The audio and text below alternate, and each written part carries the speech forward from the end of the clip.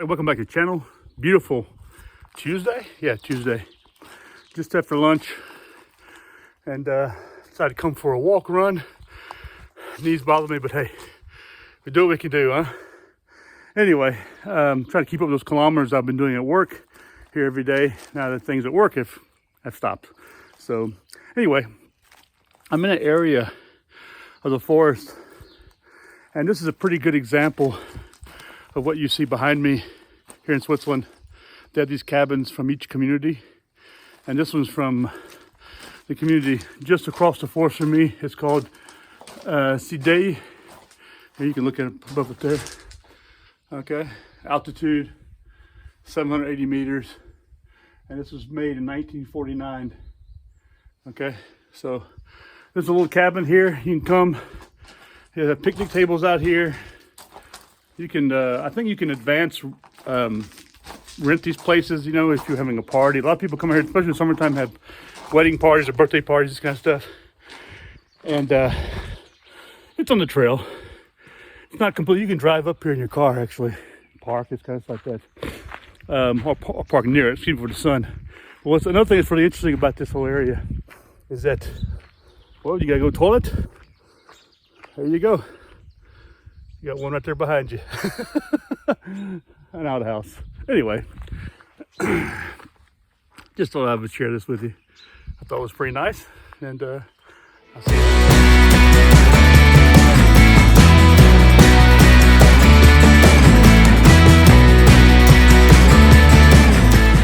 So a little further walking here, a little hike, and I'm walking on these roads right here. Okay, the reason why is because I don't need to walk cross country here. It's not something I necessarily need to do, but this area seems to be a protected area a bit also. I see lots of things about it that tell me it's protected, or they're doing stuff here, but I've come across here, I've been here before, by the way, and here we have another cabin, but this right here is like a private cabin, private space here. I don't know who owns it. It does say private on it. I think someone may be here, around here. I'm just going to pass around it. I'm not going to go into it, but I just wanted to show you real quick. It's a really nice little place, and if I could move out here to this place, I'd be happy, because except for the airplane flying over once in a while, there's nothing more to it. Plenty of wood, nice little cabin here. Fields here also. I mean, you could easily have some crops here or whatever, you know. Nice little area. Beautiful. You got running water here and a stream in front, and also have a well in it here also. And yeah, it's really set up. I don't know if it's a communal space or what it is, but it's quite nice. And it's got even a little hedge around it, you know. Pretty typical Swiss also, but very, very nice. Well set up, well put together. Nice area. Yeah, it looks really good here. Anyway, gonna continue on with our walk. Okay. Well, we have here something that irritates me about when I come into the forest. I see this, you know. Just outside from the camp here, someone has, and this is a female, because she's urinated, wiped herself, and left the paper. It's so simple to just carry a plastic bag with you, a Ziploc, and put your paper in that. Now, if you leave your defecation out in the forest, and plus another thing, look, she's right here close to this. You need to be at least about 30 meters away from any kind of water source, and she's done it right here, right next to it, which is another thing. So that's contaminating the water. I mean, enough people do it, it contaminates. This right here probably won't contaminate, but enough people doing it, it will contaminate it. But you can see the path ahead, you know, that goes up to, continues going forward. But anyway, irritating when you see that. People, just, you know, take out what you bring in, okay? And if you bring some paper in, then you need to take it out. You could at least, you could possibly bury it if it's degradable, or you could burn it. But that's just best just to take it out. Put it in a little plastic Ziploc bag, put it back in your backpack, and you'll be good. It's pretty simple. You want to bring your toilet paper with you, and that's tissue. That's like nose tissue. So they weren't even prepared when they came hiking. So they're missing the 10 essentials. One of them being some kind of toiletry item, which goes past the 10 essentials. But anyway, this is just basic stuff, you know. So take out what you take in, and be much better off because of it. Here we have some bicycle trails coming down. People use it. It's quite a nice little area. We're going to continue walking forward, some faster than another. Yeah, there's a farm up here I want to visit, so we're going to take the bicycle trail up. And there's an abandoned farm up here. I'll get back with you. Here it is right here. If you notice, it falls on both sides. On this side, it actually goes back up again, and that's the main ridge line of the what's called Montagne Lucie. It stretches all the way out. And this all runs pretty much close to north to south, probably northeast to southwest. This area does. Now back over this way, my car is parked up on the other side, so I have to work my way back around because I don't want to go through the fields. I'd rather walk through the forest. And what you can see some of the Alps poking up back there. Okay, and then the other side you have the Jura mountain range here, which runs complete western side of Switzerland.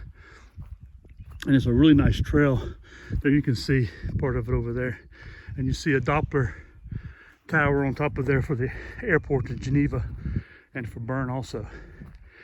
They have one also on La Dole, which is further south from here along the Jura. I used to live at the village at the foot of it, and up on the mountain, and it was really nice. But I believe this is an abandoned farm.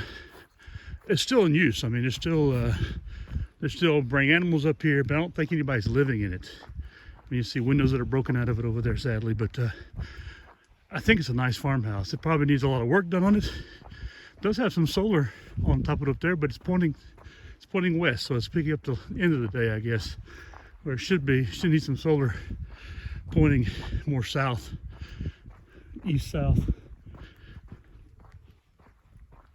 But it's a nice, I mean, this road's been used. It's constantly being used, but I don't think anybody's living in the house. And it's a nice place. This wall was done in 2013. They redid the facade, so it's not too old. Here you got your barns, your stables, this kind of stuff in it.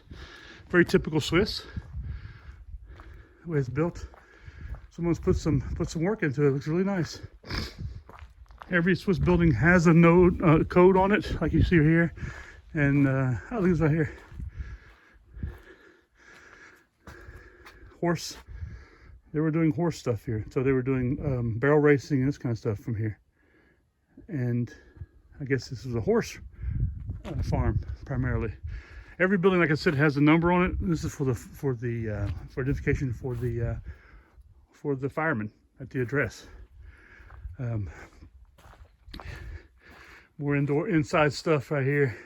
I'm not going to show you what's in there. There's people own this place. I don't think they'd appreciate it, me showing you exactly what's inside of it. But sadly, there are lots of houses like this that are abandoned because it costs too much to upkeep them. It costs too much to occupy them. I mean, there's too much has to go into it. The insurance companies don't want to pay for it, and the government. It would cost probably a couple $100,000 to restore this place, because you have to restore it exactly the way it was, you know. And the way they built them is you have typical facade walls here. This right here is actually doesn't go up as high as a lot of the rest of them. The second story was the stables, actually probably for hay, and then they had just the main floor. Would make a really nice house again, you know, with some work on it. You have the road coming up here right in front of it, so I would change the road, get it out away from a little further, or on the back side of it, build yourself a terrace. But you can see a partial part of it right here, and a lot of them are actually the old stone. They put a facade on the stone, and but these are all falling down because they're not being kept up, and it's because it's too expensive to keep up with them. Here we have a good view around the place, really open. And you're up on the high ground here. And you can see right over there is the direction of where my village is. And then there you go. Beautiful place, you know. Anyway, I'm gonna head back where I came a little bit so I can skirt back around and make my way. I'm doing a big walk today. I'm running and walking, so my right knee is giving me some problems, and still got some ways to go. weight-wise. About I'm getting there. I at least want to put in the kilometers for walking every day, or several times a week. I need to keep that up. I was walking around 11 kilometers a day at work, which is really good, but this is throughout the entire day. I guess now if I could put in, you know, as many kilometers as I can, you know, within an hour or so, or a couple hours, then I'll do that on top of whatever walking I'm doing. It all helps. You know, walking is actually much better for you than running when it comes to some things, you know. Now, cardiovascular, there are other ways to get around that too. And I got to get back into yoga, get back into working out again. I've slimmed up a lot, but I haven't lost a lot of weight, which is so strange, you know. I don't know what that's about. I guess my abdominals have stiffened up. And this I've seen already. The abdominals starting to show again, which is good. But I got a ways to go, though. And cut out Coca-Cola. It's been almost 2 months now since I cut out Coca-Cola. I don't miss it. And I drink water and fruit juice, apple juice, this kind of stuff. It still has a lot of sugar in it probably, but not nearly as chemical as Coca-Cola does. And here in Switzerland, you have to be very careful about, you know, it's really funny because the yogurt still lasts forever in your refrigerator, but a juice, but some things won't, you know. It's sort of weird. But the juices, I drink them up when I have them, and just sort of give me some flavor. And I'll drink a glass of juice instead of eating. So I eat probably once a day, maybe twice.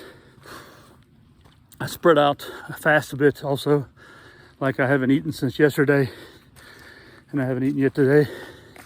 So, and it's already, I don't know what time it is right now. Let's see. Well, it's 12:40, so I'm not eating at all since yesterday. So try to push that out to about 16 hours, 18 hours without eating every couple of days, even more. I did 24 hours the other day without eating. I don't feel worse or bad. I feel okay. But yeah. Anyway, back in the wood line here. If I come across something else interesting, I'll show it to you in a video. Yeah, here's something else this was do, which is really good, really cool. Okay, because I just came across two elderly ladies actually who was really funny because I'm wearing shorts, and they said, you're airing out your calves today. I said, yes, I am. Anyway, it's a beautiful day. But you have a bench here along the trail. And this one out here has actually just been revamped here recently because it was, as a matter of fact, they've completely put in a new bench because the other one was all wood and it was falling apart. And they also put in a new garbage can, or put in a garbage can. And people use it, and they come out here regularly and they empty them out. Probably once a week, if not more, the community does. So these are along the way also. And here you go, I'm at the final stretch of the trail. It goes down here, and then back there, there's a little bit of opening. There's another road that runs parallel to it. I could have taken, but and this is the road. Now I came running down through this road, and I took a right and went back over that way. But here this is the last part to where my truck's parked at. So anyway, it's a nice little walk.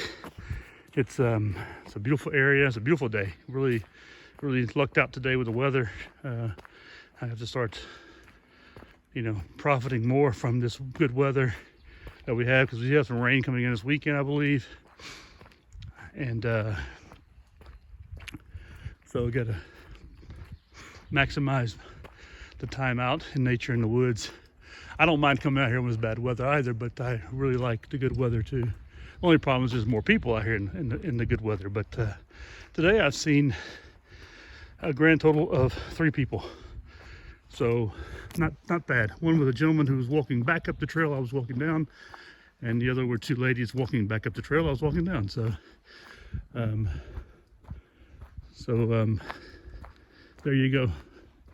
Mostly retired people you see when you see them out here. Sometimes you see some young people out here. Depends on the time of the day. You'll see a mother come out here. Lots of mothers come out here and push their baby carriages, because there are no sidewalks around here in the towns, unless you go to a town. But I have something interesting over here. Someone's built something up over there. I don't know if this is like a hunter or the commune or some kids or something like that built up a little thing, a little structure over there. You can just see it out there. And if you look through the forest, you can see the valley below and the other little communes, little villages. One thing about Switzerland, you'll never get lost. If you do, then you're lost. Anyway, here's a dog coming up here. So someone's out walking their dog. I think it's a dog. No, it's a deer. There are 2 deers up there walking. I don't know if you can make them out on the road. See if I can make them out just up on the road up there. 2 deer. Nice. Be right back. Okay, I made it back to my vehicle, which you can see right here. Just so you all know that in about 2 weeks, I think it's the Saturday 4th of March, I'm going to be holding a map reading, compass and map land navigation course here in this location right here, or similar, or somewhere close. We're going to come out here and it's going to start, I think, 9:30 in the morning. That's what I noted, up until probably about lunchtime. And I'm not going to be keeping score of how long it takes. I want to make sure that anybody who's participating understands what they learn and can tell me in the long run. But we're going to come up here and we're going to teach land navigation, basic compass use, how to read a map, how to use a map in conjunction with a compass, and how to find some points on here, which I've got already spotted up here in the area. So the course will include 45 francs per person, and we'll meet down in the village of Villarombu, which is right behind me there. You barely can't see it because of the lighting, but in the parking next to the church, that's where I live. Also, we can park there, meet up there at 9 o'clock, and then travel up here to the site. Of course, you need to register before and you can contact me to register and pay through the 45 francs through my Twint, or we can work out something. But to contact me with scoutbox68@gmail.com. That's scoutbox68@gmail.com, and from there we can go from there, or through what you have here. I'll put the notes down in the bottom, and I hope to see plenty of you come along and work on your map and compass skills, and have a good time out here, get to know each other. Talk to you soon. I hope you all have a good day, and yeah, take care. Goodbye.